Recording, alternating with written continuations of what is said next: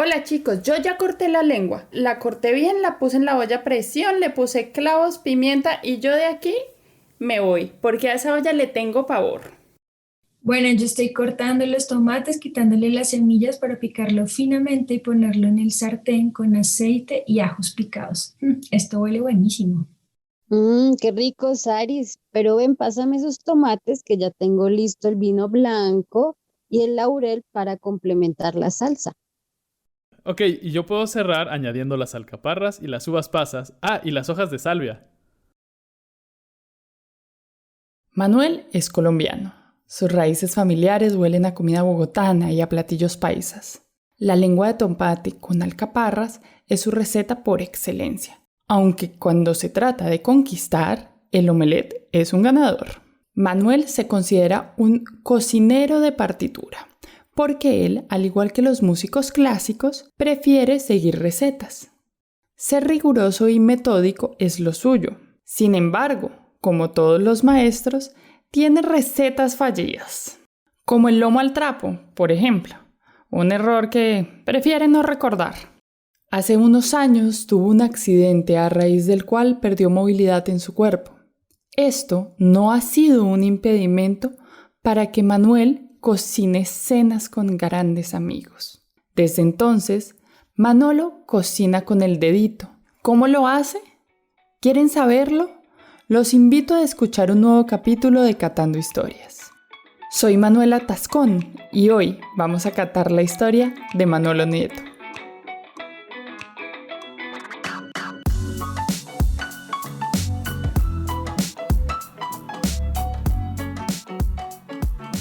Manolo, ¿cómo fue crecer entre tantos hermanos?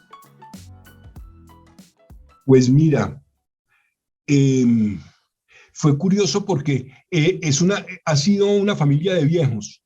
Es decir, yo nací de último en un paquete de 5 hermanos y todo el mundo era grandísimo. Es decir, mi hermana mayor me llevaba a mí 25 años. La módica suma podía ser tu mamá.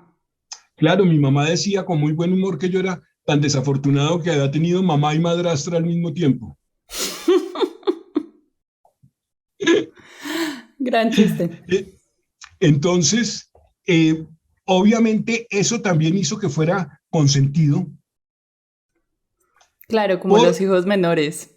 exacto. Y fuera de eso me crié con mi abuela materna y una tía paterna, muy distintas las dos viejas, muy distintas, pero que fueron muy consentidoras conmigo, por supuesto. Esto era Y, un y tiene matriarcado. Puras viejas. totalmente, puras viejas. He tratado de no salirme del matriarcado nunca. Muy bien. Sí, y ellas tienen que ver mucho en el tema de la cocina, lo estaba pensando, ¿sabes? ¿Sí? ¿Qué recuerdas Sí. de ellas? ¿Qué recuerdas que cocinaran o que vieras cocinar? Uy, mira, la tía paterna, que se llamaba María Emma, hacía unas cocaditas súper, a ver, es que no sé, es el recuerdo. Era una labor dispendiosísima. Me acuerdo ver en la estufa de carbón una paila de cobre inmensa de esas que se usan en el mundo paisa para hacer la natilla. ¿Sí? El mundo paisa es una región que tiene que ver con varios estados o departamentos de Colombia, con hablado, costumbres, así como una gastronomía muy particular. Ahí hacía, eh, preparaba, no sé, el coco. Nunca, es decir, un paréntesis, he tratado de recuperar la receta y no ha sido posible. Eh, Ahí preparaba como un melado con el coco rallado. El asunto es que resultaba haciendo unos pastelitos, unas cocaditas amarillas, no sé el color con que se lo daría. Me imagino que para ese remoto pasado debía ser con, Como un con una de achote o... esas raíces que acá le decían azafrán y que no es el azafrán, por Sí, sí, supuesto. sí, sí, sí. Era algo así y era una cocadita del tamaño de, no sé qué te digo, de una moneda grande y Ok. las marcaba, les hacía encima una marca con el dedo, ¡cuic! Y ahí le ponía unas briznas de canela. Ah, Y obviamente alrededor de eso había todo un sistema de seguridad para que no nos comiéramos las cocaditas antes de que las terminara de hacer. claro. Pero además eso debía oler dulce y oler a fruta al mismo tiempo debía ser maravilloso. Uy, era una belleza, era todo un cuento. Eso, el pedazo de la casa donde estaba la cocina se volvía eso que tú dices. Era un aroma, un ambiente. Y esa tía además era una señora muy seria, no era así que era no, la simpatía y la risa del chiste, no. No, era una señora en su Entonces, puesto. sí, aquí en la cocina mando yo. Entonces, eh, todos muy pendientes de que saliera la primera bandeja de cocaditas para caerle. Que además pienso que eso tenía que, curioso, porque era una vieja bogotanísima que había nacido por allá a finales del siglo XIX. Por Ok. lo que yo he podido averiguar, debió nacer en 1896, creo. Wow. Y obviamente conseguir cocos en Bogotá en Era 1940 o complicadísimo. 50 o 60, eso debía ser un camello. Claro. Es que cómo lo transportaban. Sí, no, eso debe ser dificilísimo ir a buscarlos a dónde. Y me acuerdo que había todo un tema de cómo era que se rompía, se debía abrir el coco, si era así o asá, calentándolo, no calentándolo, dejándolo caer. Bueno, eso era toda una técnica que ella era la que lo dominaba. Bueno, ¿y la abuelita qué hacía? La abuelita La materna. abuela, primero, paisa, ¿no? Abuela paisa de Ok. Manizales. Entonces, ella era la que hacía las arepas con que se desayunaba en la Ay, qué casa. rico. Que, y yo creo que eso, intuyo yo después de los años, que debió haber un acuerdo entre mi papá y mi mamá para combinar las comidas, ¿Ah, sí? las comidas paisas con las comidas bogotanas. Pero las arepas nunca faltaron. O sea que la imagen de mi abuela cocinando el maíz y moliéndolo era un asunto diario. Y me acordaba ayer, pensando en esta conversación, que uno de los recuerdos que tengo yo antiguos es llegar al kinder donde yo estudiaba, el primer sitio donde llegué a estudiar, con las manos untadas de la masa de maíz. Ay, todavía, en las manos. Sí, o sea que yo me ponía a jugar con mi abuela y ella me dejaba jugar con la masa mientras hacía las arepas. Ay, qué lindo. Eso lo recuerdo. Y bueno, y otras cosas que hacía ella que eso sí eran complicadísimas, unas vainas que, uy, unas gelatinas de pata de res y unas cosas Claro, dificilísimas, todas esas dificilísimas. cosas, o sea, hoy en día todos esos dulces son, digamos, vienen, los encuentras en los mercados, pero en alguna Eh, época estos dulces eran, se hacían en la casa. claro, En el Valle, por ejemplo, en diciembre se hacía marjar blanco y el marjar blanco sí, solo era de diciembre, pero además se hacía una cantidad muy grande que se guardaba y como el ah, azúcar es un conservador, se guardaba unos meses. Pero igual no sí, era como hoy en día que en cualquier momento vas a Cali y consigues marjar blanco, ¿no? O sea, claro, eran de momentos porque requerían mucho tiempo. sí, claro, eran unas labores increíblemente dispendiosas. Sí, eran unas labores dispendiosas, largas, pero además llenas de sabiduría. Claro, y fíjate que en esos remotos pasados, las casas siempre tenían una variedad de dulces, ¿no? Dependiendo de la región, Dependiendo pero de la región o de dónde vinieran. exactamente, exactamente. Digamos, a mí ya me tocó una época en que los dulces se conseguían empaquetados, pero igual era muy chistoso porque yo crecí, mi mamá es papayaneja Pues, y te iba a decir eso.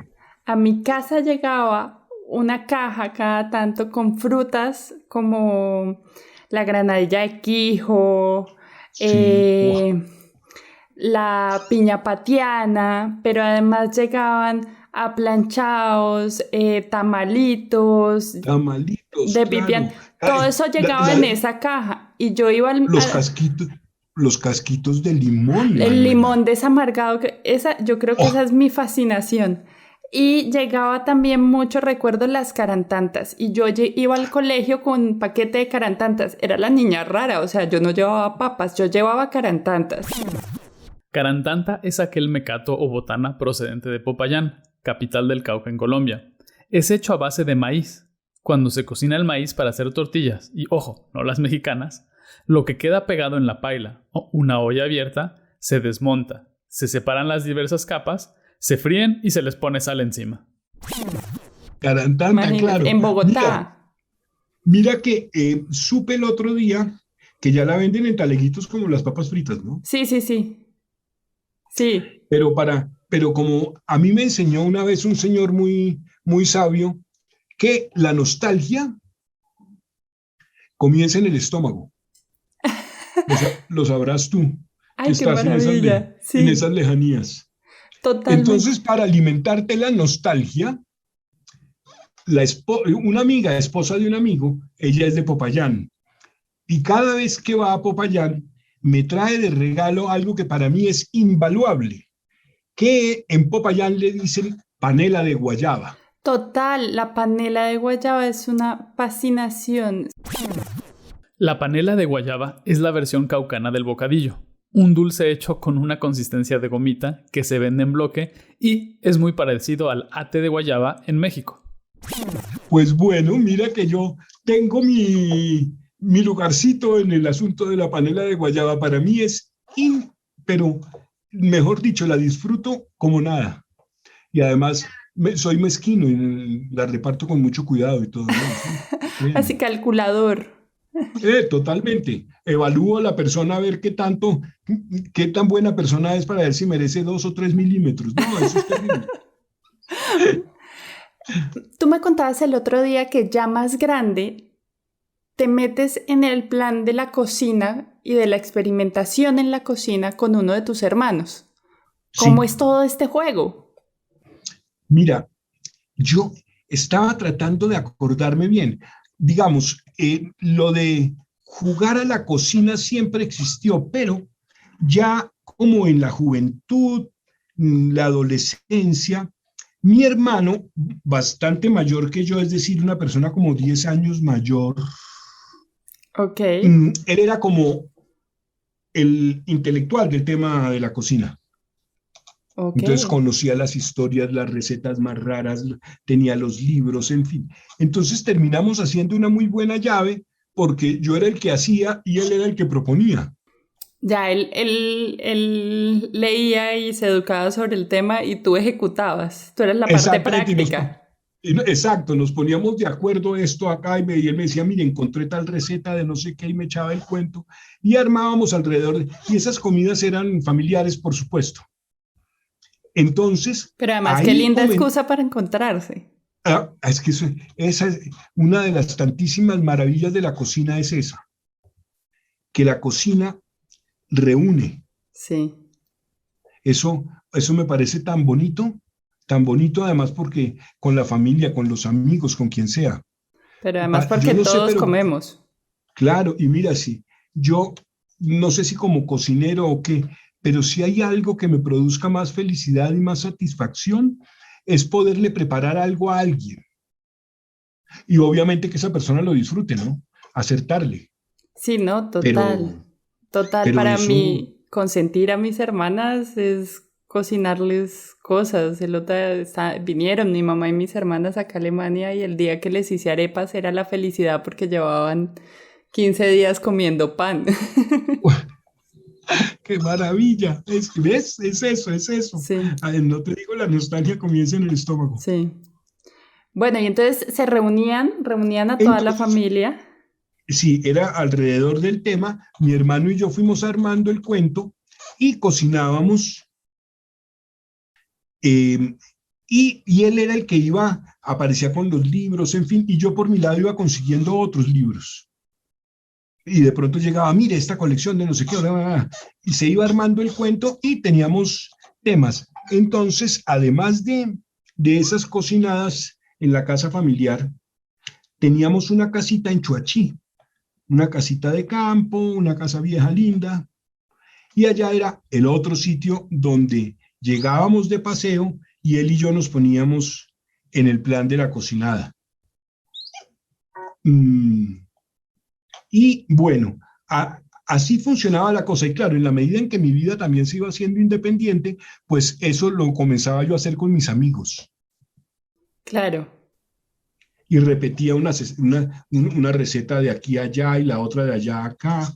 En fin, eran ese tipo de ensayos. Pero creo yo me he ido convenciendo con los tiempos que hay como unos tipos de cocineros. Unos que somos los que creemos, como los músicos, que la música se hace con partitura. Entonces, la cocina se hace con receta. Pero hay otros que son como los músicos de jazz. Esto se improvisa. Sí. Y para mí, buena parte de la gracia de la cocina es que tú puedas hacer un plato 2 veces y sepa igual. Ok, sí. Creo que esa es una gracia, por eso yo creo que soy en buena medida de los cocineros de partitura. Muy bien, me gusta ese término de cocinero de partitura. Sí, y guardo todas las recetas y las anoto y para... Y todo medido, calculadito, con juicio. Cuando ya esto, sí. Y esto va escalando de la familia y de los amigos y se vuelve una cosa como más, digámoslo así, organizada, ¿no? Sí, yo te contaba, la anécdota es así. Cuando yo comencé a ver programas de cocina en televisión, había 2 programas que se transmitían por televisión por cable. Eso no existía, es decir, había un programa que hacía una señora gringa refinadísima que iba donde unos chefs europeos, los más distinguidos, en las afueras de París, en no sé dónde, bueno, una cosa elegantísima. Ese era un programa. Y el otro era un programa inglés que lo presentaban un par de señoras gordas y el programa se llamaba así, Two Fat Ladies. ¿Ah, sí? Maravilloso. Ya comenzaban a desmontar esa imagen del cocinero de uniforme y gorro alto y tal. No, eran un par de señoras opuestas, una mona gorda de aspecto popular y la otra una señora de pelo negro, elegantísima y unas gafotas, que cocinaba con los anillos puestos y las uñas pintadas. Ay. Y los productores del programa no creían que la gente fuera a ver eso. Ay, no. Y tuvieron un éxito asombroso. Entonces, viendo eso, yo dije, se debía hacer un programa de cocina aquí. Claro. Y se me ocurrió que el asunto era poner a un cocinero muy sabio junto con una compañera de programa que fuera totalmente ignorante de cocina y que él le enseñara a ella y ella intentara hacerlo. Ok.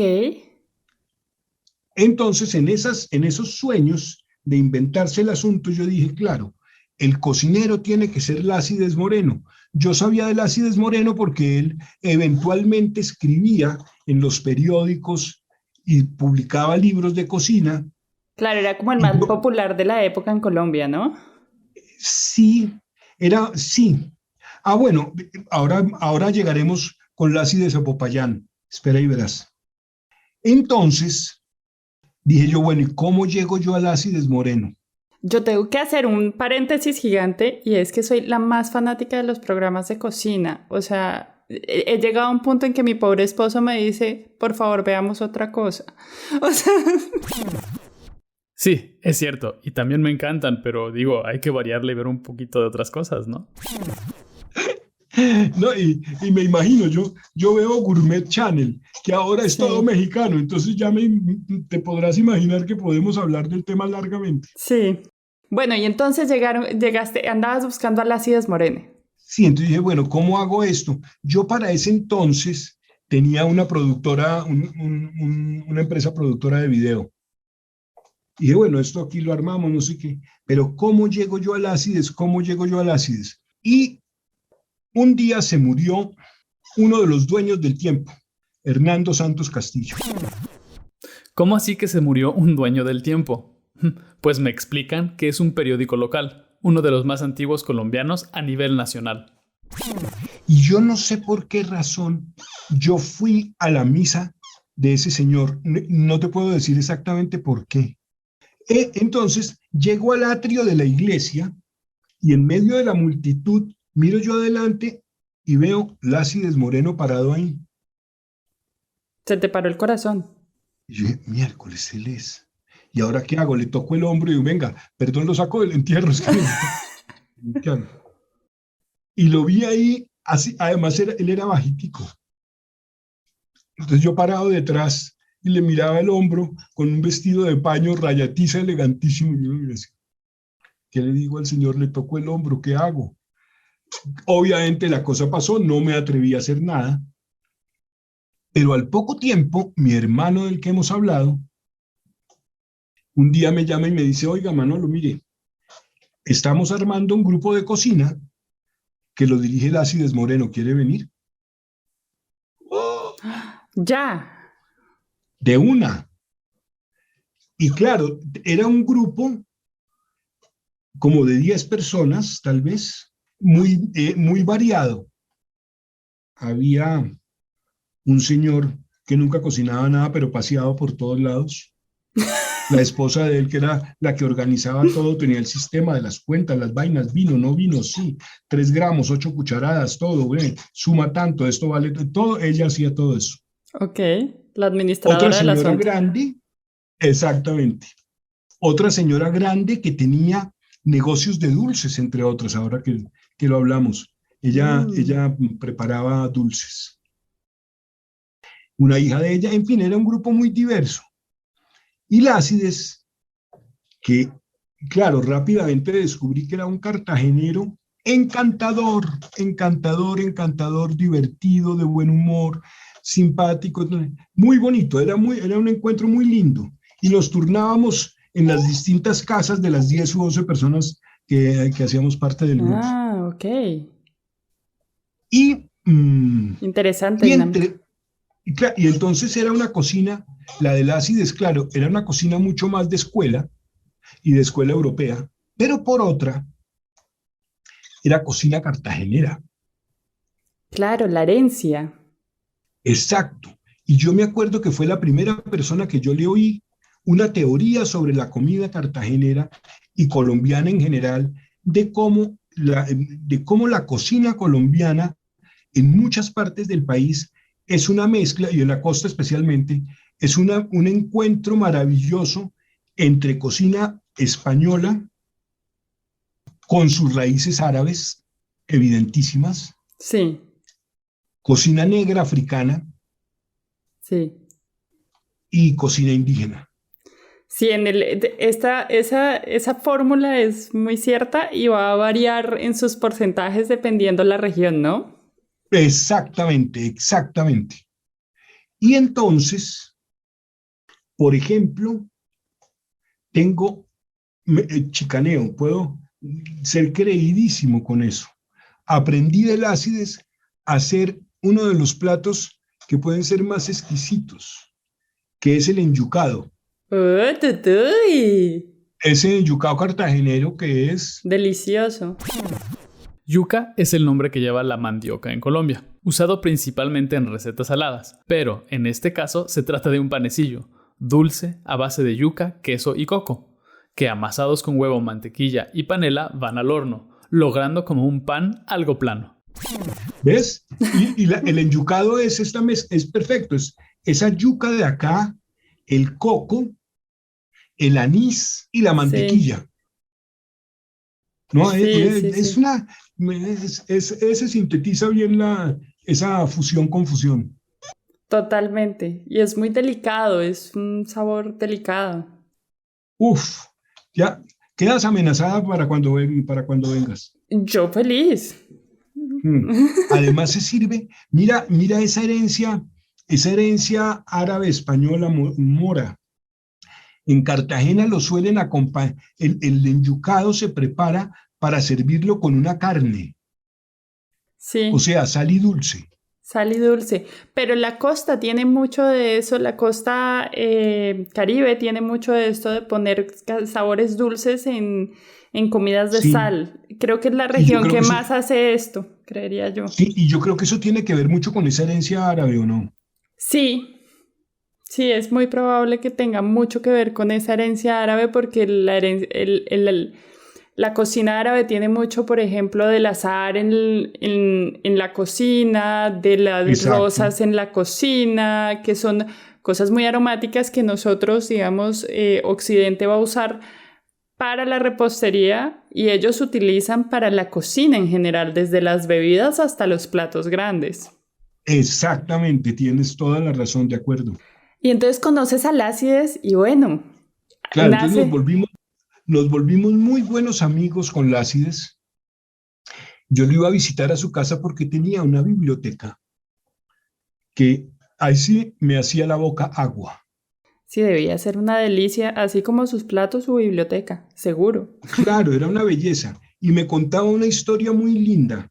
Lácides, como te digo, era un cartagenero raizal, que yo creo que por cosas de cómo son las composiciones sociales de este país, eh, lo nombran, lo, lo, lo nombran como embajador en alguna parte o cónsul.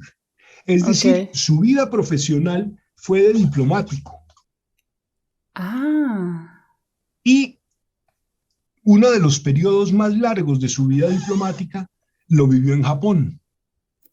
wow, qué contraste tan maravilloso porque es mar y mar, pero mares completamente distintos a la hora de cocinar. Claro, y él lo que hace allá es hacer su comida cartagenera para ese combo de gente del mundo diplomático. Claro, Entonces él invitaba a su casa a comer el arroz con coco, con la posta negra, con el enyucado, una el arepa de huevo, el mondongo cartagenero, la arepa de huevo, exactamente. claro. Y todo el mundo le decía, pero Lácides, ¿por qué no aprende a hacer comida japonesa? O sea, no, yo hago lo que yo sé hacer. Y tenía una empleada allá que era la que le ayudaba en la cocina. Y cuando ya un día lo llaman de acá del gobierno, le dicen, bueno, ya se devuelve para acá, se acabó el consulado, habían pasado, como te digo, creo que 15 años, él se viene para Colombia y lo que se entera es que la señora que le había ayudado, que había trabajado con él, se devolvió a su pueblo, quién sabe en dónde, en Japón, y puso un restaurante de comida colombiana. Ah, qué maravilla. El aprendizaje al revés. Sí, total. Sí, sí, sí. Qué- Entonces, bueno, esa para mí fue de alguna manera, si eso existiera, el trabajar con Lácides, todo el cuento y ponernos en la cocinada y tal, fue de alguna forma una graduación, digo yo, en el sentido en que las técnicas, eh, sí, el oficio, lo vi más claramente, Claro, ya de primera mano. exactamente. Y además yo era, creo que tu esposo te podría decir cómo se traduce eso de mexicano a colombiano. Yo era como el achichincle. Ok. Muy fácil, el achichincle es un ayudante. Entonces cocinamos muy rico con Lácides y con este grupo unos largos años. ¿Y en qué Bueno, momento? ¿Y largos. el programa aparece? ¿No aparece? Nunca se hizo, por Nunca supuesto, se nunca se hizo. hizo. No, y ya después de conocer a Lácides, ya que me iba a poner a hacer programas y estaba cocinando con él, ¿para qué? ¿Ya para qué más? Sí, exacto. Y bueno, ¿y cómo es Y, esa historia de que fueron a Popayán? ah, ¿cuánto hace que existe ese festival El gastronómico en Congreso. Popayán? El El Congreso. Congreso ya tiene sus buenos, yo creo que como 20 años. Pues creo que el Habría que primero, buscar bien. si tú miras, Lácides está desde el primero, Ajá. estuvo mucho tiempo presente ahí. Lo que pasa es que, claro, él era un señor muy grande, entonces ya envejeció y dejó de ir, pero yo creo que él fue invitado al primero, Claro. a los primeros. Entonces, claro, hablábamos de la comida regional. Yo me acuerdo, por ejemplo, la primera vez que fui a Tumaco. Bueno, eso es otra experiencia entre los cacaoteros y los pescadores. Exacto, los encocados de Tumaco. Sí, Y obviamente yo iba a hacer una tarea muy juiciosa de grabar un material para un documental que no tenía nada que ver, por supuesto, con cocina, pero lo mío era la cocina también, ¿no? claro. No, es que uno termina viajando por otros motivos, pero al final comer digamos, es una cosa que alimenta la panza, pero alimenta el alma, es una columna vertebral de la sociedad y de la cultura. Entonces terminas comiendo y eso te genera nuevas historias de cocina siempre. Totalmente, así es. Es como lo que tú decías de los señores del Putumayo, pero al revés, es yendo. No, no volviendo, sino yendo. Claro, yo me acuerdo después, llegué de Tumaco a hablar con Lácides. Claro, a comentar con él. Claro, mire esto, ¿qué comió esto? Me dijo, sí, allá eso es mucho encocado, mucho encocado. Y me dio una opinión muy acuerdo, muy cartagenera. El maestro Lácides me perdonará la infidencia, pero mira, a mí es que la comida del Pacífico me parece que tienen mucho sancocho. Claro, acabo de buscar, son 19 años este año del Congreso Gastronómico de Popayán y Sí. claro, es un ajetreo, yo lo he vivido un par de veces y es un ajetreo duro, o sea, eso no es un paseo de rosas, eso es un... Sí, me imagino, eso debe ser complicadísimo. Sí, es vaya, venga, y la cocina, y el no sé qué, así uno vaya solo de visita o sea, es de estar al pie todos los días, ¿no? Hoy en día, yo quería saber una cosa, Manolo, ¿cómo es para ti cocinar hoy en día? Ah, bueno, entonces, si seguimos hacia brincos la historia, mmm, la película me cambió a mí en el año 2002, que tuve un accidente que me causó una lesión en la médula espinal y obviamente eso me cambió la movilidad por completo. Claro. O sea, que la motricidad fina necesaria para cocinar prácticamente desapareció. Y bueno, y otras condiciones físicas que son necesarias. La cocina exige un estado físico. Claro, exige un estado físico muy fuerte, hay que estar mucho tiempo de pie. Exactamente, es una infantería durísima. Sí. Entonces, un día le dije al Ácides, le dije, maestro Lacho, esta vaina se complicó, yo no voy a poder volver a cocinar. Me dijo, oye, pero ¿cómo dices eso? Si uno cocina con este dedito, y me señala el dedo índice. Ok. Tú simplemente te sientas y vas diciendo, pícalo más pequeñito, córtalo en julianas, no, así no, en concasé, eso, pela eso más, sube el fuego, revuélvelo, bátelo, y ya. Sí, María José Posada nos contaba Sí. la experiencia de cocinar contigo. Decía, yo no cocino ni la mitad de bien de lo que cocina Manolo, pero es maravillosa la experiencia de ir a cocinar con él, porque él cocina con el dedito. Así es, he aprendido a hacer eso y creo que ha habido buenos resultados en más de una ocasión. Con María José tenemos unos platos, entre otras, ella es mis manos para hacer el enyucado. ¡Ay, mira qué bonito! Sí, completamente. Y uno tiene gente con la que puede cocinar también en equipo, pero también hay gente con la que no la logra. Es como, y si intentamos por aquí, no, por acá, no. Uy, sí. Mira, yo tengo una muy buena amiga. Es una pareja de amigos. Ella es la cocinera y él es un perfecto achichincle, el más Ok. juicioso. Pero ella no, ella al contrario mío no usa partitura para cocinar, primero. Y segundo, es un punto de enfrentamiento, sutil, delicado y divertido, pero claro, ella siempre va a cambiar la receta. Claro, y a ti lo que te funciona es la partitura. Claro, yo digo, no, hombre, no, hombre. Ahora, si nos ponemos a tocar jazz, entonces, bueno, improvisamos. Pero claro, es muy bonito porque ya como nos conocemos tanto, entonces como que al momento de cocinar definimos quién va a mandar la parada.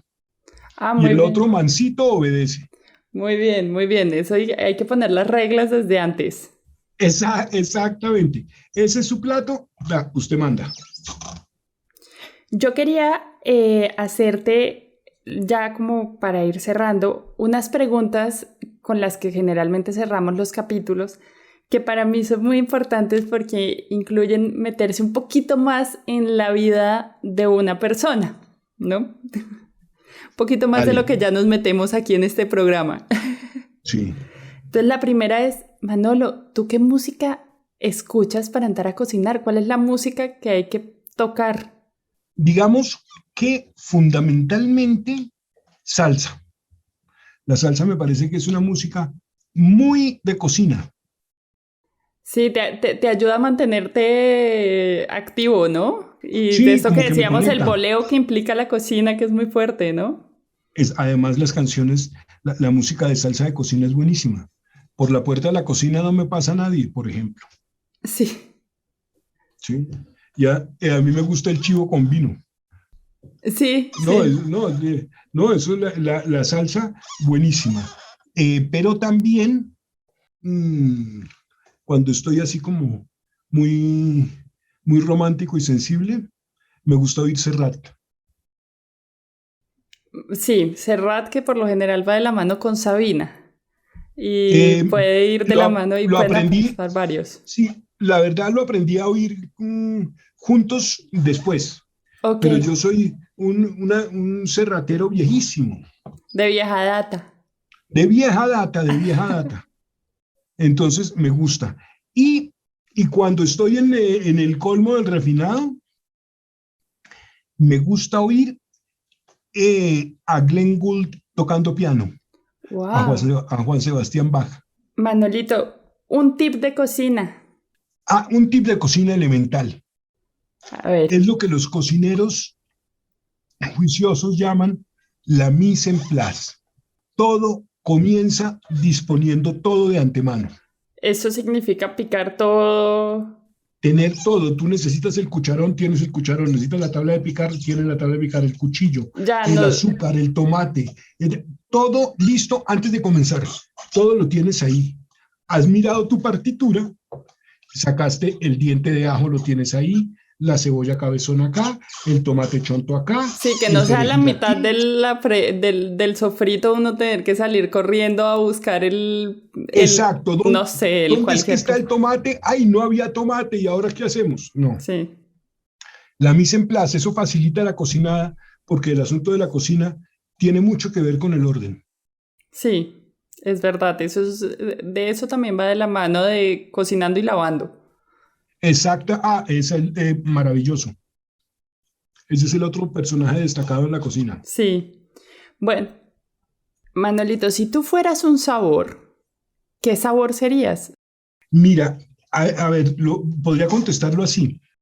¿Sabes? Hay un sabor que para mí es una vaina conectada por allá con la última neurona, y es el sabor del dulce de mora o de la mora en general. El dulce de mora encima de la cuajada. Por ejemplo, pero sabes, ese dulce de mora, cuando la mora no es de la clásica, esa que llaman mora de Castilla, sino la No, mora silvestre de páramo, sí. ¡oh! En Popayán, donde mi abuela se hacía así. Vieras lo que yo tengo que hacer para poder hacer esa mermelada y tenerla acá en mi nevera. Claro, lo que pasaba en Popayán es que parte de lo que bajaba de las frutas venía de los páramos con los indígenas, entonces Claro, era sí, mucho más exactamente, sencillo. Sí, exacto. Hoy en día, para mí, conseguir las moritas silvestres, que lo logro hacer en Chuachi a veces, es difícil, es difícil. es Pero difícil. suelo tener siempre he logrado más o menos en los últimos tiempos tener en la nevera un frasquito con mermelada de mora. Recomiéndanos, Manuelito, un lugar para comer, para tomarse algo, un café, un restaurante, que tú digas, si usted pasa por ese lugar, vaya allá.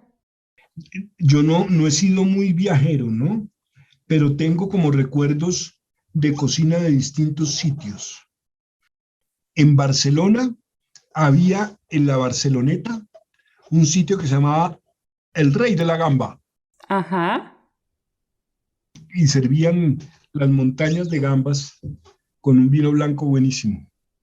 Uf, qué rico. Suena muy bien. Sí. En París. En París. Un restaurante que se llama en francés algo así como las médulas. Ok. Porque es médula ósea lo que sirven. Dios. Servido de la manera más hermosa del mundo. En un plato de sopa. Sí. Te ponen el hueso parado en la mitad. Ok. Y encima una tostadita de pan. Ah, pipí cucú el asunto. Exactamente. Y luego te llevan un caldito maravilloso. Y eso es un plato exquisito. Ok. Suena muy bien. Manuelito, ¿cuál es tu placer culposo en la comida? Qué vaina, casi no tengo, ¿sabes? ¿No? No, todavía no. Me imagino que con más años me llegará porque algo se notará. Pero tal vez los dulces. Yo no soy tan dulcero, entonces cuando me encarreto con un dulce me puedo sentir un poquito así. Pero digamos, Ok. todos mis amigos cuando tienen alguna duda de esas, me llaman a mí porque saben que yo les voy a decir, no le ponga problema, ¿cómo es eso? Ok. Muy bien. Así es. ¿Qué fue lo último que preparaste? Ajá. Un pollito al curry Mm, con una receta de un libro que me regaló la Acidez de cocina sefardita. Cocina sefardita. Sí, Wow, me y ahí, encantaría conocer eso. mira, la receta del pollo es una receta de un pollo que hacían unos judíos que estaban en la India al sur, en Cochín. Ok. Eso fue lo último que hice. La última es una pregunta capciosa. ¿Las frutas en las pizzas se valen o no? Pues mira, la verdad yo nunca pido una pizza hawaiana. Ok. Y si tú la pides y yo estoy contigo, me la como, por supuesto. Y la disfruto y todo. Pero no. No es Me parece muy tropicalmente innovador. No. tropicalmente innovador, vale. Pues Manuelito, es un gusto poder catar tu historia. Me encanta volver a hablar contigo. Es un placer tenerte aquí. Te mando un beso gigante y un abrazo y espero poder verte la próxima vez que vaya a Colombia y espero que haya pasado esta pandemia y podamos hablar tranquilamente y podamos vernos y reunirnos. Y yo Por dejo, supuesto. yo me dejo cocinar con el dedito, yo cocino con mucho gusto. Mira, no, eso sí, me parece maravilloso y además te agradezco la invitación porque ha sido buenísima y le daré las gracias a María José Posada que hizo su tacada chévere Sí, y ha sido una delicia la conversa, Manuela. una Una maravilla. delicia.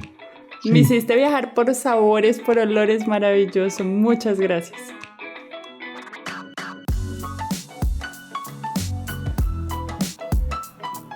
Hola, soy Sara Bautista y con la complicidad de Manu y Chuco hacemos posible este podcast.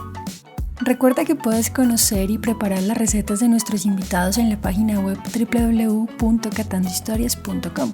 Además, si ingresas a la página vas a ver unas ilustraciones muy bonitas hechas por nuestra amiga Juana Nieto. Si quieres contarnos los olores, los sabores, las fotografías o los recuerdos que llegaron a ti escuchando este episodio, escríbenos a nuestras redes sociales @catandohistorias.podcast en Facebook y @catandohistoriaspodcast en Instagram. Si te gustó el capítulo, compártelo y síguenos escuchando. Catando Historias es grabado en de la S a la T.